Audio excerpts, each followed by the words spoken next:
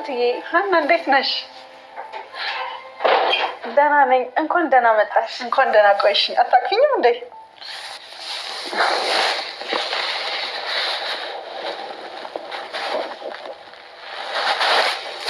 እትዬ ደህና ነሽ አይደል? እኔ ደህና ነኝ። እንዴት ነሽ አንዬ? እግዚአብሔር ይመስገን። እርስዎ እንዴት ነዎት? እኔ ያለው ሰላም ነኝ። የሄዱበት ጉዳይ ተሳካሎት?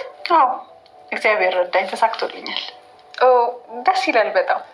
ሀንዬ ምን ሆነሽ ነው ትናንት የቀረሽው? አይ ምንም፣ ከአባዬ ጋር የሆነ ቦታ ሄደን ነበር። ስለመሸ መምጣት አልቻልኩም። በጣም ይቅርታ። አረ ምንም ይቅርታ ያስፈልገው። እንደው ዝም ብለሽ መጥፋትሽ አሳስቦኝ ነበር። ምንም ሳልል ስለጠፋው ይቅርታ። ሀንዬ ስልክሽ አይሰራ፣ እንዳንፈልግሽ ደግሞ ቤትሽን አናውቀው። በጣም እኮ ነበር የጨነቀን። ይቅርታ በጣም ሁሉም ነገር ድንገት ስለሆነ ነው እትዬ። ደህና ነሽ ግን አይደል ሀንዬ? አዎ እትዬ በጣም ሰላም ነኝ። ፊትሽ ግን ልክ አይደለም። አባትሽ በጣም አመማቸው እንዴ? ኧረ አላመመውም እትዬ። ትላንት ፀሐይ ላይ ስለዋልኩኝ ነው መሰለኝ። ካልሽሽ ይሁን በቃ። እኔ ሶፋ እያስተካከልኩ ነው፣ ታግዥኛለሽ? እሺ መጣሁ።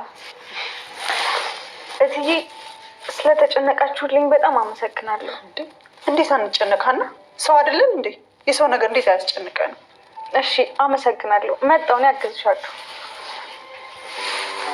ሀኒዬ እንግዲህ እቅፍ አድርጋ አለቅ ስትላት እንግዲህ ምን ሆነሽ ነው እትዬ?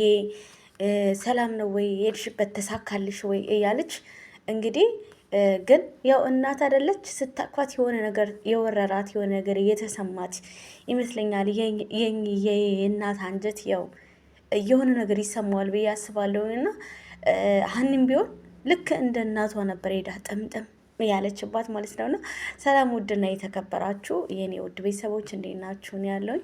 እግዚአብሔር ይመስገን ሁሉ ሰላም ሁሉ መልካም ነው። እግዚአብሔር አምላክ የተመሰገነና የተባረከ ይሁን። ለዚህ ቤት አዲስ ከሆናችሁ ሰብስክራይብ እያደረጋችሁ ቤተሰብ እንድትሆኑ በትና ጠይቃችኋለሁ። አዲስ ቻናል ነው እና እንግዲህ በዚህ ቻናል አዳዲስ ድራማዎች፣ ብዙ አይነት ድራማዎች አለ። ድራማ የምንፈተፈትበት ቻናል ይሆናል ማለት ነው። የተለያዩ ድራማዎች ሀሳብ አስተያየት የምንሰጥበት እናንተ ቤተሰብ የሆናችሁ ተቀላቀሉ። ወዳችኋለሁ።